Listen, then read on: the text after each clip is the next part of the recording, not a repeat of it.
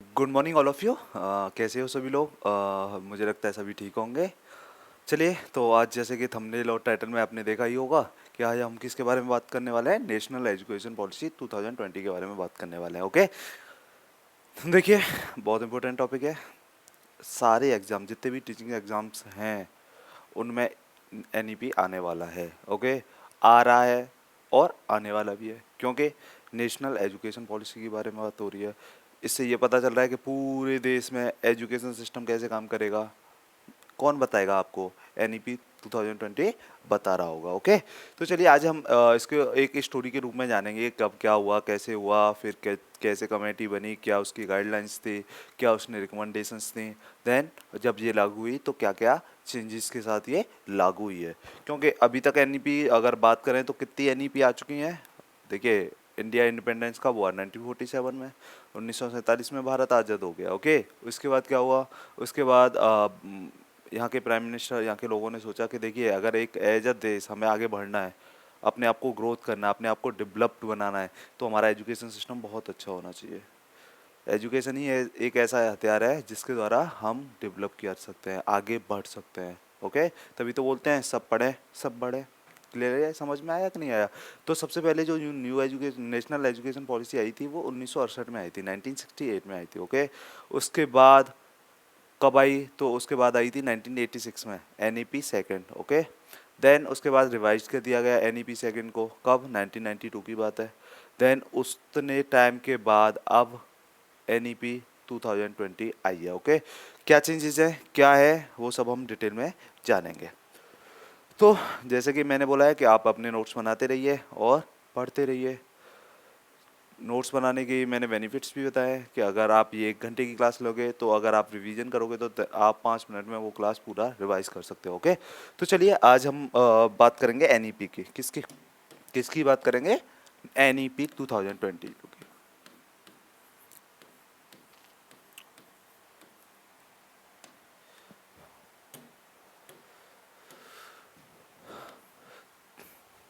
तो पहले कहानी सुन लेते हैं, जिससे क्या होगा, कहानी सुनने से समझ में आएगा। तो देखिए, इससे पहले ही इसका फुल फॉर्म क्या है सर? तो फुल फॉर्म लिख लीजिए। फुल फॉर्म होगा नेशनल एजुकेशन एजुकेशन पॉलिसी। क्या? National education policy. तो इसका मतलब हो गया, नेशनल का मतलब हो गया पूरे देश में चलने वाली है। एजुकेशन सिस्टम कैसे पॉलिसी करेगा, उसके बारे में डिटेल में बात करेगा ये। अच्छा, ये पता चल गया कि सर अब तक कितनी एनईपी आ गई हैं, मतलब नेशनल एजुकेशन पॉलिसी कितनी आ गई हैं, तो उसके बारे में बात कर लेते हैं। तो देखिए, ब्रीफ में तो हम इसी को समझाएंगे, डिटेल में तो इसी को ही समझाएंगे, बस शॉर्ट में थोड़ा सा हम उसके बारे में एक बना दें। उससे क्या होगा कि आपका एक आइडिया हो जाएगा कि अब तक कब आई हैं। देखिए, सबसे पहले जो एनईपी आई थी वो आई थी 1968 में। कब आई थी? 1968 में।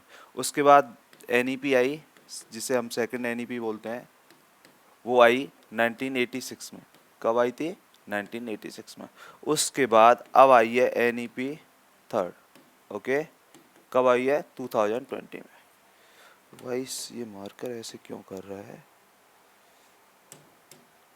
ओके, तो आज हम किसके बारे में डिस्कस करने वाले हैं? इस वाली एनईपी 2020 के बारे में डिस्कस करने वाले हैं डिटेल में। ओके, तो चलिए क्या होता है सुन लेते हैं। कब की बात है? 2014 की बात है। कब की बात है? 2014 की बात है। ओके सर, सेंट्रल गवर्नमेंट के इलेक्शन होने वाले थे। किसके? सेंट्रल गवर्नमेंट के इलेक्शन होने वाले थे। तो एक पार्टी थी जिसने क्या किया, अपने मैनिफेस्टो में बोला। मैनिफेस्टो का मतलब होता है घोषणा पत्र में, कि अगर हम सरकार में आएंगे तो क्या क्या करने वाले हैं, वो होता है हमारा मैनिफेस्टो, उस पार्टी का मैनिफेस्टो। तो एक पार्टी थी जिसका नाम था बीजेपी। उसने क्या किया कि अगर हम गवर्नमेंट बनाए या हमारी गवर्नमेंट आई तो हम क्या करेंगे, नेशनल एजुकेशन पॉलिसी लेके आएंगे। तो मैनिफेस्टो में बीजेपी के में ये था, बीजेपी के मैनिफेस्टो में था क्या, कि अगर हमारी गवर्नमेंट आती है तो हम क्या लेके आएंगे? एनईपी लेके आएंगे। ओके, तो 2014 के सेंट्रल गवर्नमेंट के इलेक्शन हुए और बीजेपी जीत गई। अब उसने जो मैनिफेस्टो में वादा किया था यहाँ के लोगों के साथ, तो उसे फुलफिल करने का टाइम आया। ओके, तो उस टाइम की, कब के टाइम की? उस टाइम की बीजेपी गवर्नमेंट की सेंट्रल गवर्नमेंट थी, नरेंद्र मोदी प्राइम मिनिस्टर थे, और HRD ministry of human resource and development जो एमएचआरडी थी, उसका जो कैबिनेट मिनिस्टर थी वो थी स्मृति ईरानी। कौन थी? स्मृति ईरानी।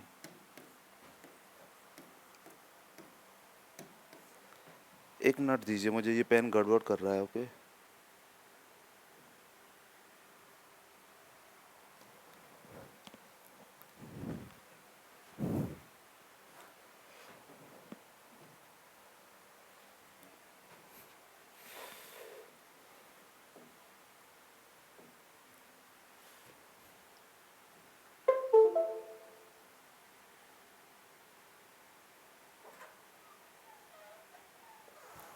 ये पेन बहुत गड़बड़ कर रहा है, ये ऐसे ब्लिंक हो रहा है, इसे ठीक करो।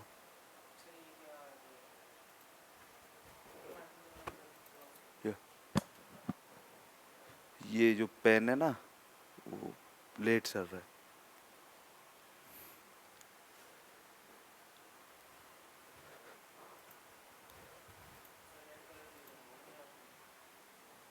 नहीं, यही कलर था, अब सही चल रहा है। ओके, चलिए ठीक है, फाइन। ठीक है, दोबारा से कंटिन्यू करते हैं इस चीज़ को। ओके, क्या हुआ कि 2014 में बीजेपी की गवर्नमेंट बन गई। उसने क्या किया, अब जो मैनिफेस्टो में वादा किया था कि हम नेशनल एजुकेशन पॉलिसी लेके आएंगे, अब उस वादे को पूरे करने की बात आती है। तो 2015 की बात है। कब की बात है? अब 2015 की बात है। Ministry of human resource and development, MHRD ministry होती थी। इसकी जो कौन थी कैबिनेट मिनिस्टर, कौन थी? तो स्मृति ईरानी जी थी। कौन थी? स्मृति ईरानी जी। इन्होंने क्या किया, बोला कि एक कमेटी बनाई। क्या बनाई? एक कमेटी बनाई। ओके सर, कमेटी बना दी। उसको चेयर कौन कर रहा था? मतलब मान ली ये कमेटी बन गई, इसमें बहुत मेंबर हैं। ओके, एक चेयरपर्सन भी होगा जो इसे लीड करेगा। उसका नाम था टीआरएस। क्या नाम था? टीआरएस सुब्रमण्यम, सुब्रमण्यम था। ओके, क्लियरली समझ में आ गया। इन्होंने क्या इनसे बोला कि देखिए, हम चाहते हैं कि नेशनल एजुकेशन पॉलिसी के लिए आप ड्राफ्ट तैयार करें कि क्या क्या रिकमेंडेशंस होनी चाहिए, कैसे एजुकेशन सिस्टम काम करे अब भारत में। ओके, इस सब के बारे में तो इस कमेटी ने, जो टीआरएस सुब्रमण्यम की चेयरपर्सन में आई थी, उसने 2017 में अपनी रिपोर्ट सबमिट की। क्या किया? अपनी रिपोर्ट सबमिट की। बट गवर्नमेंट को वो रिपोर्ट और रिकमेंडेशन ज़्यादा अच्छे नहीं लगे। उन्होंने बोला कि देखिए, ये आप ठीक है, ऐसे तो बहुत हम चेंजेस करते ही आ रहे हैं, थोड़ा सा और कुछ चाहिए। मतलब ऐसा करिए कि जो अब तक खामियां हैं, एजुकेशन सिस्टम की जो खामियां हैं, वो आगे ना रहें। तो फिर दोबारा से 2017 में एक कमेटी बनाई गई। क्या किया गया? एक कमेटी बनाई गई। कब की बात है? तो 2017 की बात है। तो 2017 में फिर से एक कमेटी बनाई गई। ओके सर, फिर से एक कमेटी बना देते हैं। अच्छा, इस कमेटी को जो चेयर कर रहा था, चेयरपर्सन कौन था इस कमेटी का? तो इसकी बात करें तो उस आदमी का नाम था के कस्तूरी रंजन। क्या नाम था? के कस्तूरी रंजन। ये कौन थे? तो इसरो के फॉर्मर चीफ थे। इसरो क्या है? इंडियन स्पेस रिसर्च ऑर्गेनाइजेशन है भाई, भारत की स्पेस रिसर्च ऑर्गेनाइजेशन, उसको क्या बोला जाता है? इसरो बोला जाता है। उसका जो चीफ थे वो ये थे, के कस्तूरी रंजन। इन्हें इस कमेटी का क्या बनाया गया? चेयरपर्सन बनाया गया। और इस कमेटी ने अपनी रिकमेंडेशंस दी। कब? 2019 में। गवर्नमेंट को अच्छी लगी और गवर्नमेंट ने उन्हें फोर्स कर ला दिया। कब? 9 जुलाई 2020 को उस चीज़ को कम बोल दिया कि देखिए, आप भारत की या इंडिया की नेशनल एजुकेशन पॉलिसी ये रहने वाली है। ओके, क्लियरली समझ में आ गया। तो इतना पता चल गया कि किस कमेटी की रिकमेंडेशन पे ये एनईपी आई है। तो के कस्तूरी रंजन, जो फॉर्मर इसरो चीफ थे, उनकी जो कमेटी थी, उनकी रिकमेंडेशंस पे ये वाली रिपोर्ट आई और एनईपी सबमिट कर दी गई है। ओके, चलो, कहानी समझ में आ गई है या नहीं आ गई? देखिए, हो क्या रहा था इन भारत में, जो इंडियन एजुकेशन सिस्टम चल रहा था, क्या कर रहे हैं, जो इंडियन एजुकेशन सिस्टम चल रहा था, वो क्या कर रहा था, वो लोगों को एम्प्लॉयमेंट नहीं दे पा रहा था। लोगों को एम्प्लॉयमेंट नहीं दे पा रहा है। देखिए, आप आज भी आपने देखा होगा, बहुत सारे लोग अनएम्प्लॉयमेंट हैं, मतलब बहुत सारे लोग बेरोजगार हैं। उसकी वजह क्या है? मान लीजिए लोगों ने मास्टर्स कर रखी है, पीजी कर रखा है, बट उनके अंदर स्किल ही नहीं है। वो कोई काम ही नहीं कर सकते, बस उन्हें अगर गवर्नमेंट नौकरी मिल गई तो ठीक है, वरना वो स्किल्ड नहीं है तो कोई काम ही नहीं कर पाएंगे। एक पीजी पोस्ट ग्रेजुएशन आदमी जिससे गवर्नमेंट नौकरी नहीं है और एक अनएजुकेटेड आदमी, दोनों को एक जैसा ही काम करना पड़ रहा है। अगर आपको फिजिकल वर्क ही करना है तो देन आपको क्यों पढ़ना, मतलब मास्टर्स करने की क्या जरूरत थी, वो तो आप वैसे ही कर सकते थे। तो इसका मतलब ये पता चल गया कि जो हमारा एजुकेशन सिस्टम है वो क्या कर रहा है, वो हमें ऐसा नहीं है कि हमें एम्प्लॉयमेंट के लिए तैयार कर रहा हो या हमारे फ्यूचर ओरिएंटेड हो। वो बस रिजल्ट्स, डिग्री और इस सब पे ही, मतलब क्या किस पे फोकस्ड है कि रिजल्ट्स पे, डिग्री देने में, इस सब पे फोकस्ड है। उसका एम्प्लॉयमेंट से कोई मतलब लेना देना नहीं है, लोगों की फ्यूचर को लेके कोई लेना देना नहीं है। तो हम क्या करेंगे, अब ऐसा एजुकेशन सिस्टम लेके आएंगे जिससे क्या होगा कि हम लोगों को स्किल बना सकें। उसके लिए क्या करना पड़ेगा, पूरा फाउंडेशन बिगाड़ना पड़ेगा, पुराना वाला नया फाउंडेशन क्रिएट करना पड़ेगा। समझ में आ रहा है या नहीं आ रहा? नई से दोबारा दीवार बनानी पड़ेगी, ऐसा नहीं है पुरानी दीवार में कुछ चेंजेस कर दें, इससे काम नहीं चलेगा। अब दोबारा से हम कुछ नया बनाते हैं। ओके, तो इस के कस्तूरी रंजन वाली जो कमेटी थी, उन्होंने एक बहुत सारी रिकमेंडेशन दी कि हमारी नेशनल एजुकेशन पॉलिसी कैसी होनी चाहिए, आगे हम क्या क्या करने वाले हैं। ओके, क्लियरली समझ में आ गया? तो हमें पता है कि जो हमारा एजुकेशन सिस्टम है वो 3 तरह से काम करता है। कि किन एस्पेक्ट में काम करता है? 3 एस्पेक्ट में काम करता है। कौन कौन से में? एक तो स्कूल एजुकेशन होती है। कौन सी होती है? School education. स्कूल एजुकेशन में बात करें तो कौन कौन कौन सी आ गई? प्राइमरी एजुकेशन भी आ गई, सेकेंडरी एजुकेशन भी आ गई, अपर सेकेंडरी भी एजुकेशन भी आ गई, हायर सेकेंडरी होती है। देन हायर एजुकेशन, मतलब 12th के बाद की बात हो रही है। किसकी बात हो रही है? 12th के बाद की बात हो गई। और तीसरा क्या है? Teacher education. टीचर एजुकेशन मतलब टीचर ट्रेनिंग प्रोग्राम के बारे में कि टीचर कैसे बनोगे। उसके लिए भी तो आप बहुत सारे कोर्सेज होते हो। आप लोगों ने किसी ने बीएड किया होगा, किसी ने डीएलएड किया होगा, किसी ने जेवीटी किया होगा, अगर ये दिल्ली से है तो डीई किया होगा। तो इसमें क्या हो रहा है, ये there are many different courses for teaching training program. Okay, तो हमें पता चल गया कि हमारा जो एजुकेशन सिस्टम काम कर रहा है वो इस फॉर्म में कर रहा है। स्कूल एजुकेशन है, मतलब जो 1 से लेके 12th तक है। देन उसके बाद क्या है? हायर एजुकेशन है। और देन क्या है? टीचर एजुकेशन है। तो इन तीनों एरिया में बहुत सारे चेंजेस किए हैं। ओके, तो उन रिकमेंडेशंस को देखेंगे। अब बात कर लेते हैं कि देखिए क्या हुआ कि जो रिकमेंडेशन दी इस कमेटी ने, जो कौन चेयर कर रहा था उसे? के कस्तूरी रंजन। क्वेश्चन पूछा जाता है, लिख लेना अच्छी तरह से, याद भी कर लेना। ओके, इस कमेटी ने क्या किया? रिकमेंडेशन दी। तो देखिए कुछ मेजर रिकमेंडेशंस थी। ओके, बड़ी वाली। तो मेजर रिकमेंडेशन की पहली बात कर लेते हैं। किसकी बात कर लेते हैं? जो मेजर रिकमेंडेशंस थी।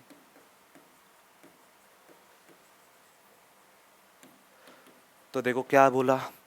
तो उन्होंने बोला कि देखिए पहला तो एक काम करना है, क्या कि जो ministry of human resource and development है ना, एमएचआरडी है ना, जिसका नाम क्या है? मानव संसाधन विकास मंत्रालय, के मंत्रालय का नाम है, उसे चेंज करेंगे आप किस में? एजुकेशन मिनिस्ट्री में। किस में? Education ministry. मतलब क्या हो गया कि देखिए एमएचआरडी में मतलब एजुकेशन एक हिस्सा है, मतलब डिपार्टमेंट है। तो हम इतना नहीं कर रहे। देखिए education is most important, okay, of everything. अगर आप एजुकेशन नहीं दे पाए तो देन ये तो इस क्या क्या करते हैं, इस मिनिस्ट्री का ही नाम चेंज करना पड़ेगा। किसका मिनिस्ट्री? एमएचआरडी का नाम क्या चेंज करके रख दिया? Education ministry. पहले क्या होता था? मानव संसाधन विकास मंत्री होता था, या मंत्रालय में जो मंत्री होता था। अब बट क्या है? शिक्षा मंत्रालय है। शिक्षा मंत्रालय का शिक्षा मंत्री कौन है आज के टाइम पे? धर्मेंद्र प्रधान जी है। क्लियरली समझ में आ गया? तो क्या किया? पहला चेंज तो ये किया गया, एमएचआरडी को बना दिया गया एजुकेशन मिनिस्ट्री। ओके, सबसे पहले। दूसरा क्या गया कि देखिए जो अब तक हम 1.6% जीडीपी का, किसका? जीडीपी का एजुकेशन पे खर्च कर रहे थे। कितना खर्च कर रहे थे? पूरी जीडीपी का 1.6% खर्च कर रहे थे। किस पे? एजुकेशन पे। अब कितना करेंगे आगे से खर्च? 6% खर्च करेंगे। कितना करेंगे? 6%। सर ये जीडीपी क्या होता है? अरे जीडीपी का मतलब हो गया कि इंडिया की टोटल इनकम, भारत का पूरा जितनी कमाई है भारत देश की, वो क्या है? एक साल में भारत की जीडीपी होती है। सर भारत कैसे कमाता है? समझ में नहीं आया। अरे दो तरीके से कमाता है, एक तो डायरेक्ट टैक्स और दूसरा इनडायरेक्ट टैक्स। डायरेक्ट टैक्स का मतलब सर कि जितने भी गवर्नमेंट एम्प्लॉई हैं वो तो सारा टैक्स देते ही हैं, डायरेक्ट टैक्स देते हैं, या फिर इनकी जिन जो प्राइवेट सेक्टर में भी लोग हैं पर जिनकी एक पर्टिकुलर इनकम लेवल से ज़्यादा है वो भी डायरेक्ट टैक्स दे रहे हैं। क्लियरली समझ में आ गया सर? हम भी दे रहे हैं क्या? हाँ, आप भी दे रहे हो। आप कौन सा टैक्स देते हो? इनडायरेक्ट टैक्स देते हो। आप जो भी कंज्यूम कर रहे हो गवर्नमेंट को पैसा जा रहा है। कैसे सर? आपने बिस्किट खरीदे, हाँ सर, 5 रुपये दिए थे, हाँ सर, उसमें जीएसटी भी लगा हुआ था और एसएसटी भी लगा हुआ था। जीएसटी किसको जा रहा है? सीधा सेंट्रल गवर्नमेंट के खाते में जा रहा है। और एसएसटी किसके लिए जा रहा है सर? वो किसको जा रहा है? वो स्टेट गवर्नमेंट को जा रहा है। मतलब आप जो भी चीज़ कंज्यूम कर रहे हो, मान लिया आप क्या गए, फैन लेके आए, घर के लिए पंखा लेके आए, उसमें भी जीएसटी लगा हुआ है। मतलब गवर्नमेंट का एक टैक्स लगा हुआ है, वो इनडायरेक्ट टैक्स है। क्लियरली समझ में आ गया? तो डेली लाइफ में आप जो भी कंज्यूम कर रहे हो, खा रहे हो, पी रहे हो, रह रहे हो, और जो भी सुविधाओं का उपयोग कर रहे हो, एसी लगा रखा है, कुछ भी खरीद रहे हो, आप गवर्नमेंट को पैसा दे रहे हो। तो एक साल में पूरे देश से जो कमाई होती है गवर्नमेंट की, उसे बोला जाता है जीडीपी ऑफ कंट्री। क्लियरली समझ में आ गया? अब मान लीजिए कि उसका 6% किस पर खर्च होगा? एजुकेशन पर खर्च होगा। पहले कितना हो रहा था? 1.5% खर्च हो रहा था, लगभग 1.5% के आसपास खर्च होता था। अब कितना परसेंट होगा? 6%, लगभग 4 गुना, 4.5 गुना के आसपास अब इंडियन गवर्नमेंट एजुकेशन सेक्टर में डालेगी। इससे क्या होगा सर? ऐसे सोचिए, मेरी इनकम है 50,000 रुपये पर मंथ। ओके, ठीक है सर, 50,000 रुपये पर मंथ आपकी इनकम है। तो अब 50,000 के हिसाब से मैं अपने बच्चे को एजुकेशन दूंगा कि नहीं? वैसे ही स्कूल में बैठाऊंगा कि भाई मुझे बच्चे की एजुकेशन पे एक साल में खर्च करने हैं। मान ली 50 से मल्टीप्लाई करूँ, एक साल की मेरी इनकम कितनी हो गई? 12, 6 लाख के आसपास हो गई। अब मुझे पता है कि मुझे 6 लाख पूरे साल में मिलने वाले हैं। अब मैं इसका कितना खर्च कर सकता हूँ बच्चे की पढ़ाई पे? तो मैं सोचा कि इसका 10% मैं बच्चे की पढ़ाई पे खर्च करूँगा। तो कितने? 60,000। तो मैं पूरे साल की 60,000 में बुक भी आ जाए, कपड़े भी आ जाए, बस का चार्ज भी हो जाए, तो उसका ट्यूशन भी ऐसे ही टीचर से लगाऊंगा जो हल्का होगा। अब मान लीजिए मेरी इनकम हो जाए 12। अब मैं सोच रहा हूँ कि मैं 20% खर्च करूँगा। तो अब मैं 1,20,000 रुपये खर्च करूँगा। तो बढ़िया स्कूल में भेजूँगा, बढ़िया इंफ्रास्ट्रक्चर के पास भेजूँगा, बढ़िया टीचर्स अपॉइंट करूँगा ट्यूशन के लिए। वैसे ही अब सोचिए, जब 1.5% खर्च हो रहा था तो कैसा इंफ्रास्ट्रक्चर था, कैसे टीचर की ट्रेनिंग प्रोग्राम थे, समझ में आ रहा है? जैसे ही 4 गुना पैसा और भेजा जाएगा तो क्या होगा?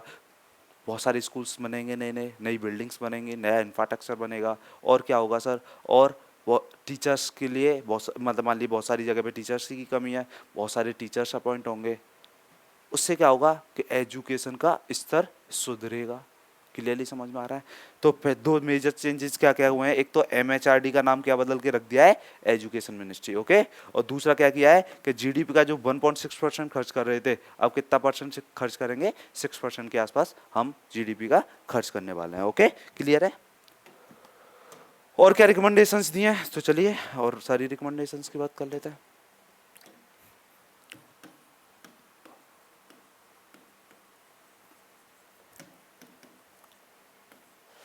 तो देखिए, सबसे पहले बात करते हैं स्कूल एजुकेशन में क्या चेंज किया है इन्होंने। किसमें? School education. स्कूल एजुकेशन का मतलब समझ रहे हो? अरे जिस इसमें प्राइमरी एजुकेशन 1 to 5 भी इंक्लूड है और 6 to 12 भी इंक्लूड है। ओके, क्लियरली समझ में आ गया? तो इसे स्कूल ही तो बोलते थे हम लोग। तो स्कूल एजुकेशन की बात हो रही है। तो देखिए, पहले जो सिस्टम चला करता था वो क्या होता था? 10+2, यही तो सिस्टम था। 1 से 10 ले, 10 तक +2, मतलब 12 हो गई। पहले जो एजुकेशन सिस्टम काम कर रहा था वो क्या कर रहा था? 10+2, 10+2 ही होता था। मतलब 1 से लेके 10 तक, फिर 11 और 12 ऐसे होता था। इन्होंने कहा कि देखिए हम इसे चेंज करेंगे। क्या करेंगे? अच्छा, बच्चे का एडमिशन कब होता था? 6 ईयर पे होता था। 6 साल का बच्चा हो जाता था तो एक में एडमिशन हो जाता था उसका। कितने में? क्लास 1 में उसका एडमिशन हो जाता था। इन्होंने कहा देखिए इस सिस्टम को हम कन्वर्ट करेंगे। किस में कन्वर्ट करेंगे सर? तो देख लो, इन्होंने बोला कि इस पूरे सिस्टम को हम कन्वर्ट करने वाले हैं किसमें? 5+3+3+4 में। सर ये क्या है? अरे जोड़ो, ये 12 हो रहे थे, 10 और 2 12 पर, ये 5 और 3 8 और 3 11 और 4 15, ये तो 15 साल हो गए सर। पहले तो 12 क्लासेस 12 साल में हो जाते थे। क्या अब ऐसा होगा कि 12 क्लासेस 15 साल में करोगे? नहीं। अब इन्होंने क्या किया? बच्चे का एडमिशन कब हो रहा था? पहले 6 साल पे हो रहा था या नहीं? 6 साल के बच्चे का एडमिशन हो रहा था ना? हाँ सर, 6 साल के बच्चे का एडमिशन हो रहा था। अब इन्होंने क्या किया कि देखिए उससे पहले क्या होता था, बच्चा क्या कर रहा था, आंगनवाड़ी में जाता था। अरे अर्ली चाइल्ड केयर एजुकेशन के नाम पे आंगनवाड़ी, बाल वाटिका ये सब खुले हुए हैं कि नहीं खुले हुए हैं। तो पहले क्या है, बच्चा स्कूल से बाहर आंगनवाड़ी वाले कॉन्सेप्ट में पढ़ रहा था। अब इन्होंने क्या किया, देखो क्या करेंगे। इन्होंने कहा कि देखिए ये पहले 5 है ना, कौन से, ये पहले 5 साल हैं, उन्हें क्या करेंगे, क्या करेंगे सर, 0 0 0 1 और 2। सर ये 0 0 क्या है, ये केजी हैं सब, ये मान लीजिए यूकेजी है, ये एलकेजी है और ये नर्सरी है, ऐसे मान के चलिए। और ये क्लास 1 और 2 है, क्लास 1 और 2 है। अच्छा, अब बच्चे का एडमिशन कितने साल पे हो जाएगा, 3 साल पे बच्चे का एडमिशन ले लेंगे। 3 साल का बच्चा यहाँ पे बैठेगा, 4 साल हो जाएंगे, 5 साल, 6 साल, 7 साल, 8 साल। पहले जो, अब इन्होंने क्या किया, जो अर्ली चाइल्ड केयर एजुकेशन के नाम पे जो आंगनवाड़ी चल रहा था, जो स्कूल से बाहर चीज़ें थी सब, अब इन्होंने क्या किया, उसे अंदर ले आए और बोला कि देखिए अब बच्चा मेंटली प्रिपेयर हो जाता है 6 साल तक, 5 साल तक तो उसका 80% के आसपास विकास हो जाता है दिमाग का। तो हम क्या कर सकते हैं, 3 साल के बच्चे को स्कूल बुलाएंगे। ओके, क्या करेंगे, 3 साल तो वो ले ली 0 0 0 वाली, और क्लास 1 और 2 ये भी इसी में इंक्लूड कर ली। तो पहले 5 साल ये वाले ले लिए। और क्या बोला कि ये वाला जो टाइम पीरियड है ना, कौन सा वाला, ये जो वाला टाइम पीरियड है, ये क्या है, ये फाउंडेशन ईयर है। क्या है, फाउंडेशन ईयर है। फाउंडेशन का मतलब क्या हो गया सर, हम नींव बना रहे हैं। क्या है, फाउंडेशन ईयर है ये 5 साल। कौन कौन से, 3 से लेके 8 साल तक का बच्चा, 3 से लेके 8 साल तक का बच्चा यहाँ पे होगा। तो 3 तो केजी पढ़ेगा और 1 और 2 पढ़ेगा। अच्छा सर यहाँ पे क्या करने वाले हैं, ये पढ़ाने क्या वाले हैं, learning by doing, learning by playing, खेलते खेलते हुए शिक्षा की बात करेंगे। लर्निंग विदाउट बर्डन, मतलब बिना बिना बैग की बात करेंगे। There is no bag in this time. 5 साल कोई बैग नहीं होगा, व्यवस्था होगा ही नहीं, बुक्स भी नहीं होंगी, कुछ भी नहीं होगा। क्या करेगा बच्चा, बच्चा क्या करेगा, ऐसे ही आएगा स्कूल में, खेलते खेलते हुए एजुकेशन लेगा। कैसे सर, हम यहाँ पे क्या करेंगे, हम यहाँ पे बच्चों को प्राइमरी नॉलेज देंगे। प्राइमरी मतलब किसी भी चीज़ की प्राथमिक नॉलेज। कैसे, नंबर्स के बारे में नॉलेज देना, अल्फ़ाबेट के बारे में नॉलेज देना। क्लियरली समझ में आ रहा है, मतलब उसे संख्या ज्ञान करा रहे हैं, भाषा के अल्फ़ाबेट, वर्णमाला, ये सब सिखा रहे हैं। खेलते खेलते हम सारी चीज़ों को सिखाएंगे। तो ये क्या है, ये फाउंडेशन ईयर है। यहाँ पे हम ज़्यादा फोकस किस पर कर रहे हैं, किसी भी सब्जेक्ट, मतलब ज़्यादा सब्जेक्ट भी नहीं है। क्या है, लैंग्वेज सब्जेक्ट हैं 1 2, ओके, और थोड़ा बहुत मैथमेटिक्स है। मैथमेटिक्स में भी बच्चे को संख्या का ज्ञान दिखा रहा है, न्यूमेरिकल वैल्यूज़ के बारे में, थोड़ा बहुत एडिशन सब्सट्रैक्शन सिखा दिया, मतलब घटाना और जोड़ना सिखा देंगे। क्लियरली समझ में आ गया, खेलते खेलते हुए। अभी क्या होता है, मान लीजिए बच्चा हो जाता है 7 साल 7 8 साल का, बट उस पर ना तो जोड़ आ रहा है ना घटा आ रहा है, मतलब ना तो एडिशन आता है, सब्सट्रैक्शन भी नहीं आता। वजह क्या है कि एजुकेशन सिस्टम में कुछ खामियां है। तो उन्होंने बोला कि देखिए हम जो पहले 5 साल हैं, कौन से वाले, ये वाले 5 साल, ये किसके लिए रख रहे हैं, 0 0 0, इसका मतलब 3 kg, और क्लास 1 और क्लास 2। पहले 1 से 5 तक स्कूल होता था ना, अब क्या करने वाले हैं, ये 0 0 0 1 और 2, मतलब 5 साल पहले ये रहने वाले हैं। क्लियरली समझ में आ गया, एक सेक्शन ये बांट दिया। इसे क्या बोला गया है, ये फाउंडेशन ईयर है, मतलब हम क्या तैयार कर रहे हैं, नींव तैयार कर रहे हैं। अरे घर बनाते हो तो क्या बनाते हो, सबसे पहले नींव। अगर नींव ही सोचिए मजबूत नहीं बनी, कमजोर बन गई, तो बिल्डिंग बनाने का कोई फायदा है, वो तो गिर जाएगा। इससे अच्छा है कि नींव को मजबूत बनाइए। अच्छा मजबूत बनाएंगे तो कितने भी स्टोरी लगा दीजिए, 1 मंजिला, 2 मंजिला, 3 मंजिला, 4 मंजिला, अगर नींव मजबूत है तो ले जाएगा, वरना 1 मंजिल ही रहना पड़ेगा। तो क्लियरली समझ में आ गया। तो पहले 5 साल ये क्या करने वाले हैं, ये समझ में आ गया कि हाँ सर ये तो समझ में आ गया। चलिए दोबारा ये पूरा हटा के दोबारा लिख लेते हैं। ओके, हम बात कर रहे थे स्कूल एजुकेशन की, किसकी बात कर रहे थे, स्कूल एजुकेशन की। ओके, तो क्या बोला मैंने कि पहले जो सिस्टम चलता था 10+2, उसे रिप्लेस कर दिया है। हाँ सर, किस में रिप्लेस कर दिया है, किस में, 5+3+3+4। ओके, पहले 5 का मतलब समझ में आया था, 0 0 0 1 और 2। क्या बोला गया था इसे, इसे बोला गया था सर फाउंडेशन ईयर। क्या बोला गया था, फाउंडेशन ईयर। मतलब यहाँ पे क्या तैयार कर रहे थे, हम नींव तैयार कर रहे थे। ओके, फिर उठाते हैं किसको, इसको 3 को उठाते हैं। ओके, इसका मतलब ये क्या हो गया, class 3rd, okay sir, class 4th, okay sir, class 5th। Okay, क्या किया है, क्लास थर्ड है, क्लास फोर्थ है एंड क्लास फिफ्थ है। मतलब बच्चा कितने साल का है, यहाँ पे कितने साल था, 3 साल से लेके 8 साल तक का बच्चा था। और यहाँ पे कितनी, अगर ये वाली बात है तो कितने साल का बच्चा होगा यहाँ पे, देखो 8 हो गया, 9 10 11, तो 8 से लेके 11 साल का बच्चा होगा। ओके, इस टाइम पीरियड की बात हो रही है। हाँ सर, अब यहाँ पे क्या करने वाले हैं इसके बारे में भी जान लेते हैं। इस वाले टाइम को इन्होंने बोला है प्रिपेरेटरी ईयर। क्या बोला है कि यहाँ पे हम बच्चे को प्रिपेयर कर रहे हैं, तो प्रिपेरेटरी ईयर बोला गया है। ओके, प्रिपेरेटरी ईयर बोला गया है इसको, ये हटा के लिख लो।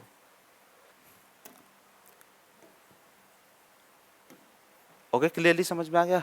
अब यहाँ पे क्या करेंगे सर, देखिए जब कच्चा क्लास थर्ड में होगा, फोर्थ में होगा, फिफ्थ में होगा, अकेडमिक सब्जेक्ट्स होंगे, क्लियर है। हाँ सर, मैथ इंग्लिश सब कुछ होगा। ओके, ईवीएस होगी, एनवायरमेंटल साइंस भी होगी। ओके सर, ये भी होगा, बट हम यहाँ पे फोकस करेंगे लैंग्वेज सब्जेक्ट पे। क्या करेंगे, लैंग्वेज सब्जेक्ट पे फोकस करेंगे। यहाँ पे इन्होंने लागू कर दिया 3 लैंग्वेज फार्मूला। क्या लागू कर दिया, 3 लैंग्वेज फार्मूला। मतलब ये क्या होता है सर, कि एटलीस्ट कम से कम 3 भाषाएं बच्चों को सिखाई जाएंगी। कब कब, क्लास थर्ड में, क्लास फोर्थ में और क्लास फिफ्थ में। मतलब यहाँ पे फोकस किस पे किया गया है, लैंग्वेज पे। कैसे सर, समझ में आई है। अभी तक आप पीजी कर चुके हो, हाँ सर। कुछ लोगों ने यूजी की होगी, हाँ सर। कितनी लैंग्वेज जानते हो, कि सर हम एक तो हिंदी जानते हैं क्योंकि हिंदी हमारी मदर टंग है। अच्छा, लैंग्वेज जानने का मतलब है 4 स्किल्स आनी चाहिए। कौन कौन सी, writing, listening, speaking and reading.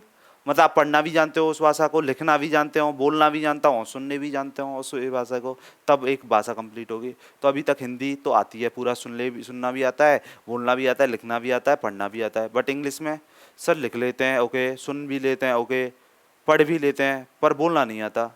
कुछ को बोलना भी आता है। तो एटलीस्ट 2 लैंग्वेज ही आती हैं बस आपको, ज़्यादा से ज़्यादा इंग्लिश और हिंदी आ रही है। आप कितने ईयर्स के हो गए हो, अगर आपने ग्रेजुएशन कर रखी है तो कम से कम 20 साल के तो हो गए होंगे। तो इसका मतलब हो गया कि कहीं ना कहीं कमियां हो चल रही थी एजुकेशन सिस्टम में। अच्छा, ऐसे सोचिए, अभी 2 भाषाएं जानते हो तो 2 जगह की अपॉर्चुनिटी है। अब मान लीजिए एक और भाषा जानते, मान लीजिए पंजाबी जानते, तो आप कहाँ काम कर सकते थे, पंजाब में भी कर सकते थे। तो इसका मतलब अपॉर्चुनिटी और बढ़ जाती है, मतलब रोजगार की संभावनाएं और ज़्यादा हो जाती हैं। मान लिया अगर आपको तमिल आ रही होती तो कहाँ पे पहुँच जाते, तमिलनाडु में आप एज ए टीचर काम कर सकते थे। तो इन्होंने बोला कि देखिए जैसे ही बच्चा 11 साल का होगा ना, कम से कम 3 भाषाएं जानने का वो, कि कम से कम 3 भाषाएं जानेगा। कैसे सर, तो 3 लैंग्वेज फार्मूला क्या होता है उसके बारे में थोड़ा सा सर बता दीजिए। बताते हैं, ओके। किसके बारे में, 3 लैंग्वेज फार्मूला के बारे में। तो ये हटा देते हैं जब तक। तो ये लिख लिया ना था कि ये वाले कौन से टाइप होंगे, 3 4 5, दोबारा लिख लेंगे जब तक 3 लैंग्वेज फार्मूला को समझ लेते हैं। हम किसकी बात कर रहे थे, 3 लैंग्वेज फार्मूला की।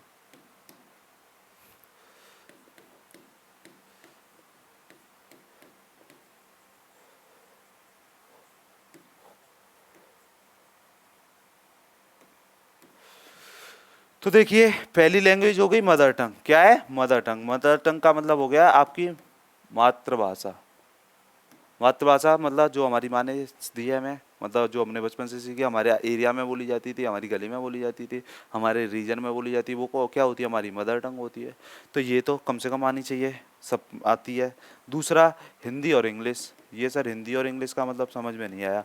देखिए जिन लोगों की मदर टंग हिंदी है, जैसे हम कहाँ से रहने वाले हैं, आगरा से, वहाँ कौन सी लैंग्वेज बोली जाती थी, मदर टंग कौन सी थी, हिंदी। तो हमें पहले ही यहीं पे हिंदी सीख ली है, तो अब दोबारा हिंदी थोड़ी सीखेंगे, यहाँ पे हमें कौन सी सीखनी पड़ेगी, इंग्लिश।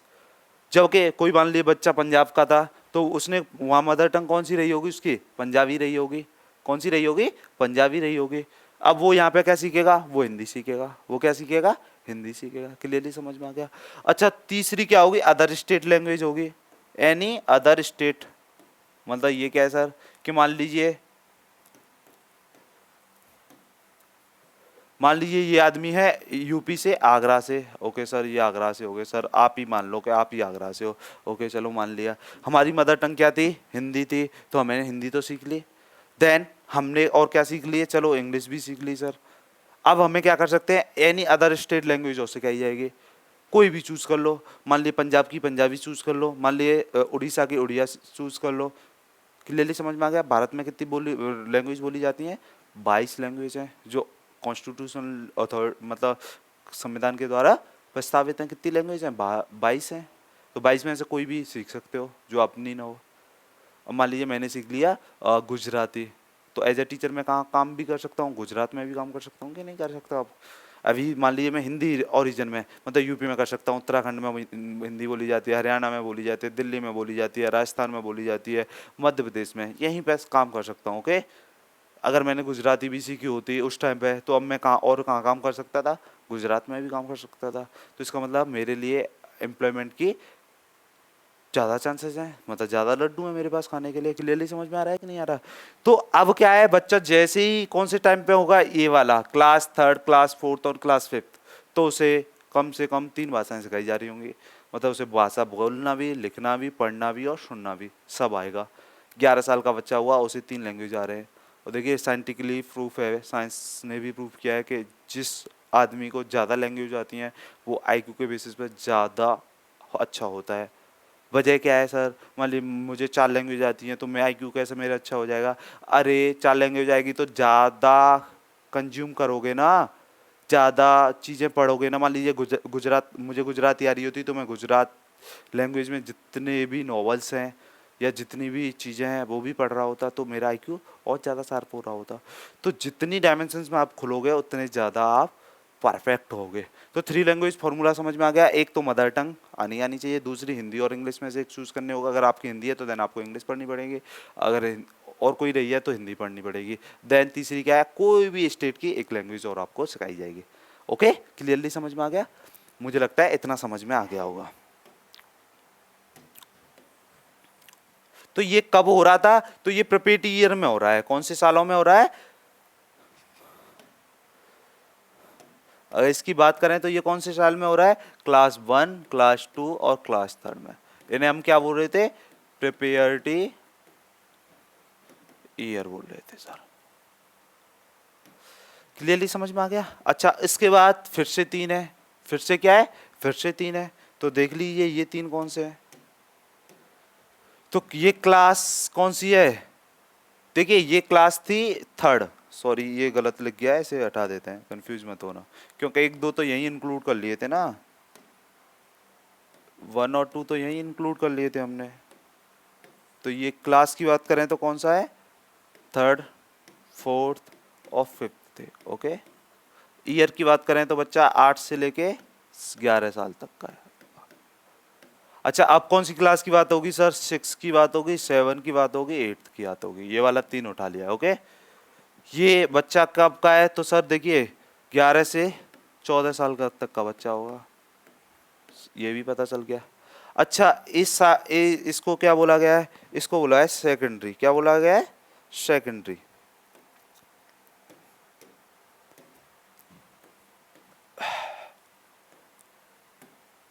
इसे सेकेंडरी ईयर बोला गया। ओके, अच्छा यहाँ पे क्या हो रहा होगा सर, कक्षा 6 में, 7 में, 8 में, देखिए बाकी सब्जेक्ट सब चल ही रही होंगी, जो पहले से मैथ चल रहा है, साइंस चल रही है, इंग्लिश चल रही है, हिंदी चल रही है, जो भी लैंग्वेज चल रही है, इसके साथ भी क्या होगा कि एक क्या होगा सर, इधर दिख रहा है ना, इस जगह पे दिख रहा है। ओके, एक लिस्ट होगी, किसकी सर, ये लिस्ट किसकी होगी,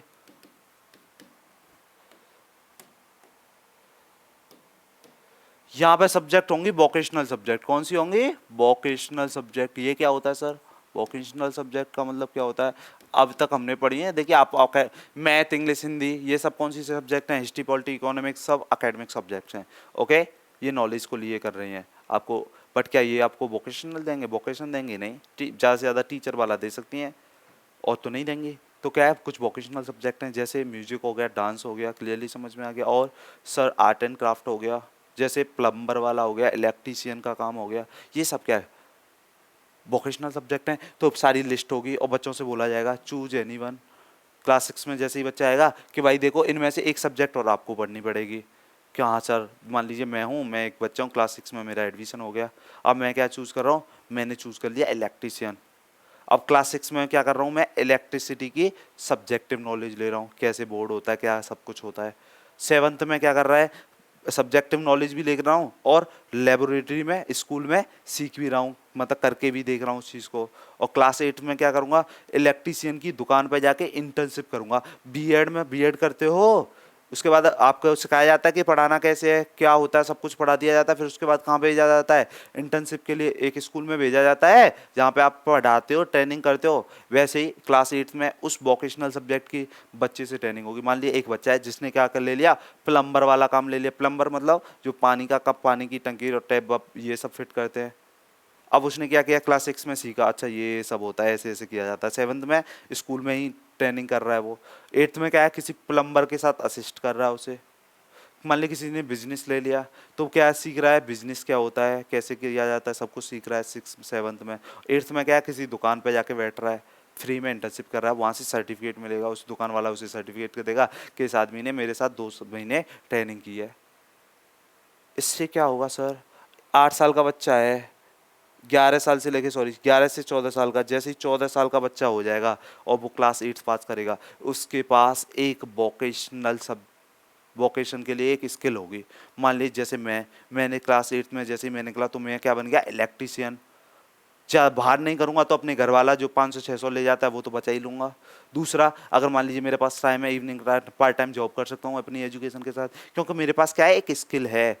कोई आदमी जिसने मान लीजिए आर्ट एंड क्राफ्ट का काम सीखा तो वो क्या कर सकता है, आर्ट एंड क्राफ्ट। मान लीजिए गर्ल्स के लिए क्या, गर्ल्स ने क्या कर लिया, कुछ लड़कियों ने क्या सीखा, डिजाइनिंग, मतलब कपड़े सिलना सीखा। अब वो क्या है, जैसे ही 14 साल की होंगी उसके पास उसे आता है कपड़ा सिलना। अब वो क्या कर सकती है, पार्ट टाइम पैसा कमा सकती है। इलेक्ट्रीशियन, प्लम्बर हो गया, मान लीजिए कोई कुछ भी, जितने भी वोकेशन होते हैं, जितने भी सोर्स हैं इनकम के, मतलब पैसा कमाने के, आप काम कर सकते हो। इसका मतलब हो गया जैसे ही अब बच्चे 14 साल का होगा अब वो पैसा कमा सकता है, मतलब उसके अंदर स्किल है कि वो पैसा कमा ले।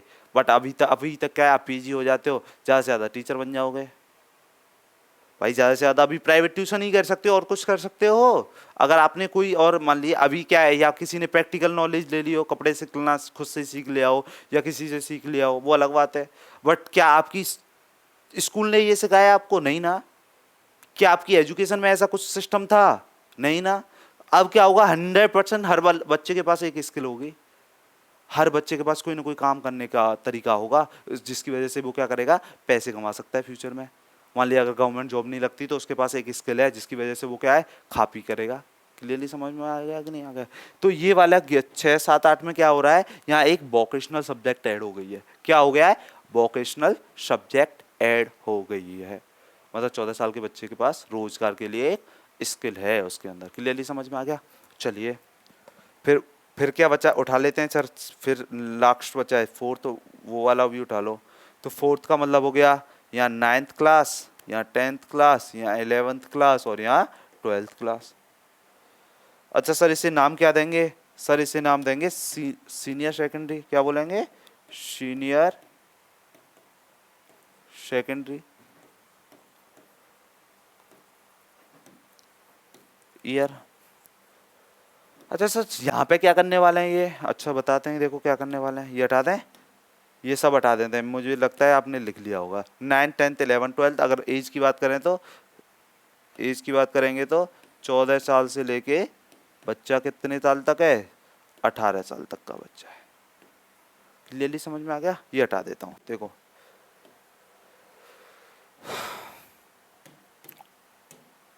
हम कर रहे थे 5 + 3 + 3 + 4। किसकी बात कर रहे हैं, ये वाले 4 की बात कर रहे थे। तो ये 4 क्या का मतलब क्या था, 9 10 11 और 12। अब देखो यहाँ पे क्या होगा, जैसे आप यहाँ पहुँचते हो देन आप समझते हो स्ट्रीम बढ़ जाती हैं, डिसिप्लिन बढ़ जाते हैं। Science stream, art stream, commerce stream. Sir ये क्या होता है, अरे ऐसे बच्चे जिनका मैथ वीक होता है उन्हें क्या, मैथ अच्छा होता है उन्हें साइंस स्ट्रीम मिल जाती है, मैथ के साथ और भी सब्जेक्ट पढ़ने मिल रहे हैं, साइंस वगैरह ये सब। जिनका मैथ अच्छा नहीं होता उन्हें आर्ट या कॉमर्स दे दी जाती है। समझ में आ रहा है, ऐसे ही तो होता है। मान ली आर्ट स्ट्रीम है तो ये सब्जेक्ट पढ़नी पड़ेंगी, कॉमर्स है तो ये पढ़नी पड़ेंगी और साइंस है तो ये पढ़नी पड़ेंगी। इससे क्या हो रहा है, मान लीजिए किसी की लैंग्वेज सब्जेक्ट इंग्लिश बहुत अच्छी थी और मैथ भी अच्छा था, बट आगे चल के वो क्या कर रहा है, मैथ के साथ मैथ साइंस ही पढ़ेगा, इंग्लिश नहीं पढ़ पाएगा। बिकॉज डिसिप्लिन बैठा हुआ है। इससे क्या हो रहा है, एक मतलब इक्वलिटी की भी भावना नहीं होती। स्कूल में देखो तो साइंस वालों को ज़्यादा इंपॉर्टेंस मिल रही होती है comparison to arts and commerce. क्या हो रहा है ये, तो यहीं पे हम इक्वलिटी नहीं कर रहे। एजुकेशन सिस्टम में ये खामियां हैं। तो इन्होंने क्या किया कि देखिए सब सब्जेक्ट इक्वल हैं। क्या है, सब सब्जेक्ट इक्वल हैं, देयर इज नो डिसिप्लिन। अब क्या है, बच्चा 9 और 10 में होगा तो उससे बोल दिया जाएगा कि चूज एनी 6, क्या कोई भी 6 चूज कर लो। मैथ के साथ इंग्लिश पढ़ लो, नो प्रॉब्लम। मैथ के साथ म्यूजिक पढ़ो, कंप्यूटर पढ़ो, जो पढ़ना है पढ़ो। मतलब कोई भी 6 ले लो। मतलब मुझे पॉलिटी पढ़नी है, इंग्लिश पढ़नी है, ओके सर, साइंस पढ़नी है, मैथ पढ़ना है, और लैंग्वेज सब्जेक्ट मैंने पहले पढ़नी है, अब नहीं पढ़ रहा मैं, ऐसा भी कर सकता हूँ मैं। तो इसका मतलब क्या हो रहा है कि कोई भी 6 चूज कर लो आप। कोई स्ट्रीम नहीं है, मतलब मैथ के साथ जरूरी है साइंस पढ़ना, नहीं पढ़ो। मैथ के साथ मैं तो पढ़ूंगा आर्ट के सारे सब्जेक्ट, मैथ के साथ मैं पॉलिटी, इकोनॉमिक्स और जियोग्राफी पढ़ने वाला हूँ। मतलब जो मेरे इंटरेस्ट की सब्जेक्ट हैं, जो मुझे अच्छी लगती हैं, वो पढ़ूंगा मैं आगे चल के। क्लियरली समझ में आ गया, उन्हीं का एग्जाम देने वाला हूँ, उन्हीं का रिजल्ट आएगा। तो 6 एनी 6 आप चूज कर सकते हो। अच्छा सर, यहाँ पे 11 12th में चूज एनी 5, चूज एनी 5। तो एक मान लीजिए यहाँ पे जो 6 चूज की थी उनमें से एक छोड़ दो, 5 उन आगे की चूज कर लो। क्लियरली समझ में आ गया। या फिर मान लीजिए 9 और 10 में और सब्जेक्ट पढ़ ली, अब कोशिश करूंगा और भी सब्जेक्ट पढ़ लूँ, मैं उनकी भी नॉलेज रख लूँ। उससे क्या होगा कि देयर इज नो डिसिप्लिन, कोई भी इक्वलिटी नहीं है, मतलब डिसइक्वलिटी है ही नहीं, सब सिमिलरिटी है। कोई भी मतलब ऊपर और नीचे है ही नहीं, क्या साइंस सिस्टम ज़्यादा अच्छी है, आर्ट सिस्टम बेकार है, या कॉमर्स सिस्टम बीच की है, ऐसा तो नहीं होगा। आप कोई भी सब्जेक्ट जो आपका मन कर रहा है आप चूज़ कीजिए और आप उस सब्जेक्ट को पढ़ लीजिए। क्लियर है या नहीं है। तो इससे क्या होगा, इससे क्या होगा, आप अपनी इंटरेस्ट की सब्जेक्ट पढ़ने वाले हो। क्या पढ़ने वाले हो, अपनी इंटरेस्ट की सब्जेक्ट पढ़ने वाले हो। तो स्कूल एजुकेशन में जो जो चेंजेस आए समझ में आ गया या नहीं आ गया, कि हाँ सर स्कूल एजुकेशन में जो जो चेंजेस आए समझ में आ गया। पहले 5 साल 0 0 0 1 और क्लास 1 और क्लास 2, फिर क्लास 3, क्लास 4, क्लास 5, फिर क्लास 6, क्लास 7, क्लास 8, फिर क्लास 9, 10 एंड 11 एंड 12। क्लियरली समझ में आ गया। पहले फाउंडेशन ईयर, फिर प्रिपरेटरी, फिर सेकेंड ईयर, फिर सीनियर सेकेंडरी। क्लियरली समझ में आ गया। अब दूसरा क्या था, हायर एजुकेशन में क्या चेंजेस किए हैं सर। हायर जो एजुकेशन है उसमें क्या चेंजेस किए हैं बताते हैं। तो इन्होंने बोला कि देखिए किसी भी प्रोग्राम में, मतलब किसी भी प्रोग्राम का मतलब क्या है सर, अरे बीए करते हो या बीकॉम करते हो, जो भी करते हो, या बीएससी किया है, अगर आपने 1 साल कंप्लीट किया है, क्या किया है, 1 साल कंप्लीट किया है, तो उस चीज का आपको सर्टिफिकेट मिल जाएगा। क्या मिल जाएगा, सर्टिफिकेट मिल जाएगा। दूसरी बात, अगर 2 साल कंप्लीट कर लिए, मतलब पहली साल और 2 साल कंप्लीट कर दिए, तो उस चीज का आपको डिप्लोमा मिल जाएगा। क्या मिल जाएगा, उस चीज का आपको डिप्लोमा मिल जाएगा। अगर मान लिए किसी साल के 3 साल कंप्लीट किए हैं, तब आपको क्या मिलेगी, डिग्री मिलेगी। अभी तक क्या होता था, मान लिए 1 साल पास कर ली, 2 साल पास कर ली, तीसरे साल में फेल हो गए, तो कोई फायदा था पहली साल और दूसरी साल का, अब तो फेल हो, आपको ग्रेजुएशन की तो डिग्री नहीं मिलेगी। या फिर मान लीजिए मतलब बीए फर्स्ट ईयर कर ली और बीए सेकंड ईयर के लिए पैसा नहीं था, या फिर मान लीजिए ऐसी जगह पे थे, ऐसे मान लीजिए दिल्ली में कोई आए बिहार का बच्चा, और वो पहली साल में एडमिशन ले, उसने पहली साल पास कर ली, दूसरी साल में क्या हुआ, उसके फैमिली में कुछ मिस हैपनिंग हो गई, अब वो क्या कर रहा है, उसे घर जाना पड़ेगा। अब क्योंकि घर चला गया तो वो यहाँ आगे कंटिन्यू नहीं कर पाया, तो क्या होगा, वो तो बेकार होगी उसकी 1 साल, जो उसने एफर्ट्स डाले थे उसका कोई रिजल्ट ही नहीं निकल पाया। अब क्या है, मान लीजिए आपने 1 साल किसी भी कोर्स का कंप्लीट किया है तो आपको सर्टिफिकेट मिल जाएगा, 2 साल किए हैं तो डिप्लोमा मिल जाएगा, 3 साल कंप्लीट कर लोगे उस चीज़ का तब मिलेगी डिग्री। अच्छा सर, दूसरी मान लीजिए आपने एक सर्टिफिकेट ले रखा है किसी भी प्रोग्राम का, हाँ सर, 4 साल आपने कुछ भी नहीं किया, 5वें साल आपने याद किया कि इस सर्टिफिकेट को डिप्लोमा में चेंज कर लूँ, किस में चेंज कर लूँ, डिप्लोमा में चेंज कर लूँ या डिग्री में चेंज कर लूँ, तो क्या करना पड़ेगा, उसे डायरेक्ट सेकंड ईयर में एडमिशन मिल जाएगा। या जो बिहार का बच्चा यहाँ पहली साल दिल्ली से करके गया, वो चाहे तो दूसरी साल में कहाँ एडमिशन ले सकता है, बिहार की यूनिवर्सिटी में ले सकता है, सीधे सेकंड ईयर में एडमिशन मिल जाएगा, क्योंकि उसके पास सर्टिफिकेट है पहली साल का। क्लियरली समझ में आ रहा है ना, कि उसके पास क्या है, सर्टिफिकेट है पहली साल का।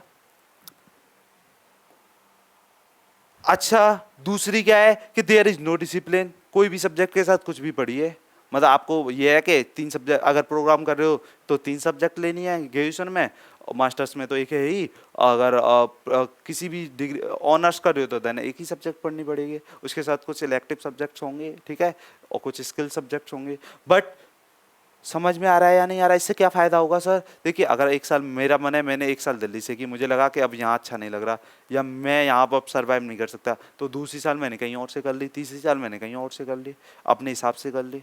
एक अगर यहाँ से एक साल की है तो यहाँ से सर्टिफिकेट ले लिया, अगर जब वहाँ से दूसरी साल कंप्लीट करूँगा तो उस चीज़ का डिप्लोमा मिल जाएगा, और तीसरी साल कंप्लीट करते ही मुझे क्या मिल जाएगी? डिग्री मिल जाएगी।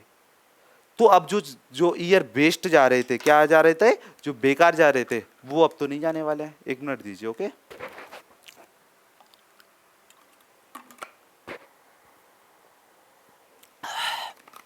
चलिए, अब तो वो बेकार नहीं जाने वाले हैं, ओके। उससे बेनिफिट क्या होगा? जो आपने एफर्ट्स डाले हैं उसके आपको रिजल्ट्स मिल जाएंगे। जितना खाया उतने का सर्टिफिकेट है आपके पास। 2 साल खाया है तो डिप्लोमा है, 3 साल खाया है तो पूरी डिग्री मिल गई है, ओके। क्या है? क्रेडिट्स मिला करेंगे, okay, there is no pass fail, credits मिला करेंगे, वो स्कोर जुड़ जाया करेगा। अगर कम क्रेडिट्स हैं तो देना यू फेल, अच्छे क्रेडिट्स हैं तो पास हो जाएंगे। क्लियरली समझ में आ गया? तो हायर एजुकेशन में क्या चेंजेस किए हैं? देयर इज नो डिसिप्लिन, मतलब ऐसा नहीं है कि मैथ है तो फिजिक्स और केमिस्ट्री करनी पड़ेगी ना। बीएस जैसे मैंने बीएससी किया था तो मैथ के साथ फिजिक्स और केमिस्ट्री मिले। चलिए, मैथ और फिजिक्स तो मुझे अच्छा लगता था, केमिस्ट्री अच्छा नहीं लगता था। इससे अच्छा तो होता मैं केमिस्ट्री की जगह साइकोलॉजी पढ़ लेता उसी टाइम। अगर मेरे पास ये वाला सिस्टम होता तो पढ़ लेता या नहीं पढ़ लेता, जो मुझे बाद में पढ़ना पड़े। तो इससे क्या होगा कि जो आपकी इंटरेस्ट सब्जेक्ट हैं वो आप ही पढ़ो, और अगर 1 साल कहीं से किया है तो सर्टिफिकेट मिल जाएगा, 2 साल कहीं कर ली तो डिप्लोमा मिल जाएगा, और 3 साल कर लिए तो क्या मिल जाएगा? डिग्री मिल जाएगी। अच्छा सर, ये भी पता चल गया कि ये हायर एजुकेशन में क्या चेंजेस करने वाले हैं। अच्छा, तीसरी बात है, हमने किसकी बात कर लेते हैं? टीचर एजुकेशन में। किसकी बात कर रहे हैं? टीचर एजुकेशन में क्या चेंज करेंगे? तो देखिए, अब तक क्या है, अब तक बहुत सारे टीचिंग प्रोग्राम्स हैं, जैसे अलग अलग स्टेट के अलग अलग हैं। यूपी में करो तो डीएलएड करना पड़ेगा सर। अच्छा, राजस्थान में करो तो जेपीटी, दिल्ली में आ जाओ तो डी, हरियाणा में और कुछ नाम बोलते हैं, उत्तराखंड में और कुछ नाम बोलते हैं, अलग अलग प्रोग्राम्स हैं। या फिर बीएड है, सब खत्म कर दिया। क्या कर दिया? सब खत्म कर दिया। अब क्या होगा सर? ओनली बीएड होगी। क्या होगी? ओनली बीएड होगी। मतलब सारे कोर्सेज कंप्लीट खत्म करके बीएड होगी। हाँ सर, पर ये बीएड भी कितनी तरीके की होगी? 3 तरीके की होगी। कैसे सर?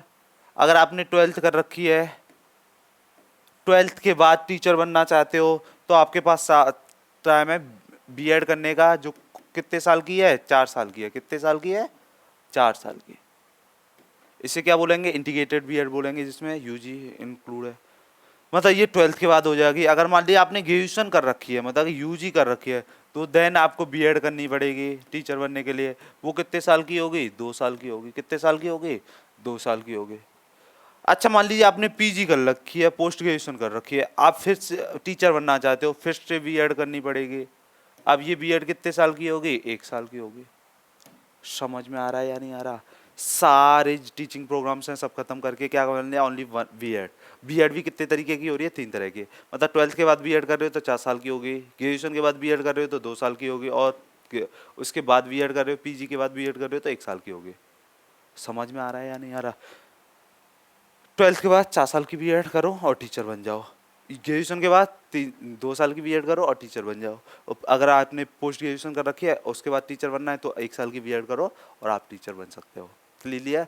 टीचर के लिए एलिजिबल हो जाओगे आप। इससे क्या होगा कि देखिए, जो बच्चे सीधे उन्हें उन्हें सोचा उन्हें मुझे कुछ भी नहीं, बस मुझे तो टीचर ही बनना है, तो वो क्यों ग्रेजुएशन, क्यों पोस्ट ग्रेजुएशन करें? वो सीधे भाई यहाँ पे अगर कर रहे हो तो 3+2 5 साल खर्च हो रही है। यहाँ पे 3, देखो 3 इसके 2 उसके 5, यहाँ पे 3 ग्रेजुएशन के, 2 पीजी के 5 और 1 6। तो यहाँ से कर रहे हो तो 5 साल, यहाँ से कर रहे हो तो 6 साल, और इधर से 4 साल में हो रही है। तो जिन लोगों को टीचर ही बनना है, आगे कुछ भी नहीं करना, मतलब हमें टीचर ही बनना है सर, तो वो बच्चे 12th के बाद क्या कर लेंगे? वो 4 साल का टाइम बस 4 साल बिताएंगे। क्यों वो 6 साल खर्च करें, या क्यों 5 साल खर्च करें? क्लियरली समझ में आ रहा है या नहीं आ रहा? ओके, तो अब समझ में आ गया होगा आपके। तो न्यू एजुकेशन पॉलिसी आपके समझ में आ गई होगी। ओके, अच्छा, कब से लागू हुई है तो उसके बारे में और बात कर लेते हैं। तो 9 जुलाई, कब की बात है? 9 जुलाई 2022 को ये लागू हो गई थी इंडिया में। ओके, किसकी बात कर रहे हैं? इनफोर्स की बात कर रहे हैं। ये इनफोर्स मतलब इनफोर्स का मतलब होता है लागू होना। क्या? NEP 2020। क्लियर है या नहीं है? चलो थोड़ा 5 मिनट में जल्दी से रिवाइज करते हैं। ओके सर, देखिए 2014 की बात है, इलेक्शन होने वाले थे किसके? इंडियन गवर्नमेंट के, कि देश की संसद में कौन बैठने वाला है। ओके, तो एक पार्टी थी बीजेपी, जिसने अपने मैनिफेस्टो में वादा किया लोगों से, भारत के लोगों से, कि अगर हमारी सरकार बनती है तो हम क्या करने वाले हैं? नेशनल एजुकेशन पॉलिसी लेके आने वाले हैं। ओके सर, जैसे बीजेपी की गवर्नमेंट बन गई 2014 के बाद, आपको पता है नरेंद्र मोदी प्राइम मिनिस्टर बन गए, तो एक मिनिस्ट्री होती थी MHRD, ministry of human resource and development, मानव संसाधन विकास मंत्रालय। उसकी जो हेड थी या मंत्री थी, केंद्रीय मंत्री थी, कौन थी? स्मृति ईरानी। उन्होंने एक कमेटी गठित की और बोला कि देखिए हम चाहते हैं कि नेशनल एजुकेशन पॉलिसी आएगी, और उन्होंने एक TRS सुम्मी मेमन को उसका चेयरपर्सन बनाया और बोला कि देखिए आप बताइए कि क्या क्या हम चेंजेस कर सकते हैं जिससे ये वाली जो अनएम्प्लॉयमेंट की और बहुत सारी प्रॉब्लम्स हैं इनसे बचा जा सके। तो उस कमेटी ने जो किसकी थी? TRS सुब्रमण्यम के जो चेयरपर्सन थी, उस कमेटी ने 2017 में अपनी रिकमेंडेशंस दी। तो कुछ चेंजेस के साथ आई वो, बीजेपी गवर्नमेंट ने देखा कि इससे काम नहीं चलेगा और भी चेंजेस करने पड़ेंगे। ओके, तो देन क्या किया? एक फिर से कमेटी बनाई गई 2017 में। चेयरपर्सन किसको बनाया गया? K. कस्तूरी रंजन। नाम याद रखना, K. कस्तूरी रंजन, क्योंकि बार बार पूछा जाएगा। टोटल मेंबर कितने थे? 9 मेंबर थे, इंक्लूड चेयरपर्सन, मतलब 8 और थे और एक के कस्तूरी रंजन थे।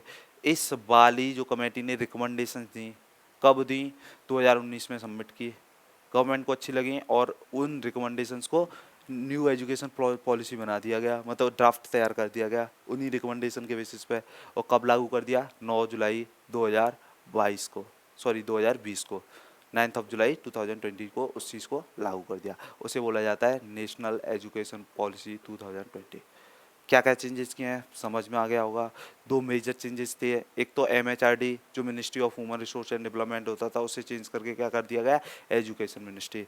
और जो हम GDP का 1.6% के आसपास एजुकेशन पर खर्च करते थे, अब कितना करेंगे? 6% के आसपास GDP का एजुकेशन पे खर्च होगा एक साल में। ओके, क्लियरली समझ में आ गया? ये भी समझ में आ गया। और भी रिकमेंडेशंस थी। स्कूल एजुकेशन में क्या चेंज किया है? 10+2 को बना दिया 5+3+3+4 में, 5+3+3+4 में। पहले 5, 0, 0, 0, 1 और 2।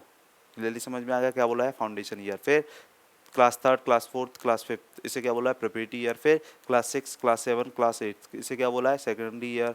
और देन 9, 10, 11, 12 को सीनियर सेकेंडरी। ओके, क्लियरली समझ में आ गया? तो जो पहले 10+2 था उसे 5+3+3+4 में चेंज कर दिया है। लैंग्वेज पे फोकस किया गया है, वोकेशनल एजुकेशन पे फोकस किया गया है। ओके, हायर एजुकेशन में क्या कर दिया गया है? बस जो डिग्री मिलती थी अब 1 साल कंप्लीट करने पर सर्टिफिकेट, 2 साल कंप्लीट करने पर डिप्लोमा एंड 3 साल कंप्लीट करने पर डिग्री मिला करेगी। क्लियरली समझ में आ गया? कहीं से भी कर सकते हो, क्रेडिट आपके चेंज हो जाएंगे। ओके, टीचर एजुकेशन में जो बहुत सारे प्रोग्राम्स चल रहे हैं सबको ख़त्म करके बस B.Ed बना दिया गया। 12th की बात करते हो तो 4 साल की होगी, ग्रेजुएशन की बात करते हो तो 2 साल की होगी, और पोस्ट ग्रेजुएशन की बात करते हो तो 1 साल की होगी। ये बहुत सारे चेंजेस के साथ न्यू एजुकेशन पॉलिसी आ चुकी है, 2020 में लागू हो गई है। अच्छा सर, अभी तो हम देख रहे हैं अभी तो नहीं चल रहा, धीरे धीरे चेंजेस आ रहे हैं। किसी भी चीज़ को पहले पायलट प्रोजेक्ट की तरह, मतलब कुछ यूनिवर्सिटीज़ में डाली जाएगी, वहाँ देखेंगे कि रिजल्ट्स कैसे आ रहे हैं, फिर पूरे देश में लागू कर दी जाएगी। ओके, क्लियरली समझ में आ गया? ओके, आज के लिए इतना ही रखेंगे। मुझे लगता है आपके समझ में NEP पूरा आ गया होगा। नेशनल एजुकेशन पॉलिसी 2020 आपके समझ में पूरी तरह आ गई है। ओके, चलिए अब क्या करना है? अपने नोट्स बनाइए और रिवाइज करते रहिए। दूसरी बात, अगर क्लास अच्छी लग रही है तो वीडियो को लाइक कर लीजिएगा। अगर चाहते हो कि आगे क्लासेस भी लेते रहें सर से, अगर चैनल अब तक सब्सक्राइब नहीं किया है तो चैनल को सब्सक्राइब भी कर लीजिए। और ऐसे लोगों के साथ जो आपके सगे संबंधी हैं, आपके रिलेशन में हैं और वो भी टीचिंग एग्जाम्स की प्रिपरेशन कर रहे हैं, तो देन आप उन तक ये वीडियो शेयर भी कर सकते हो। ओके, और उनसे बोल सकते हो कि चैनल को सब्सक्राइब कर लें, जिससे उन्हें ये वीडियो मिलती रहे। ओके, ठीक है, बस सभी पढ़ें और आगे बढ़ें। ओके, यही हमारा वो रहेगा, सब पढ़ें सब बढ़ें। ओके, चलिए, thank you all of you, bye.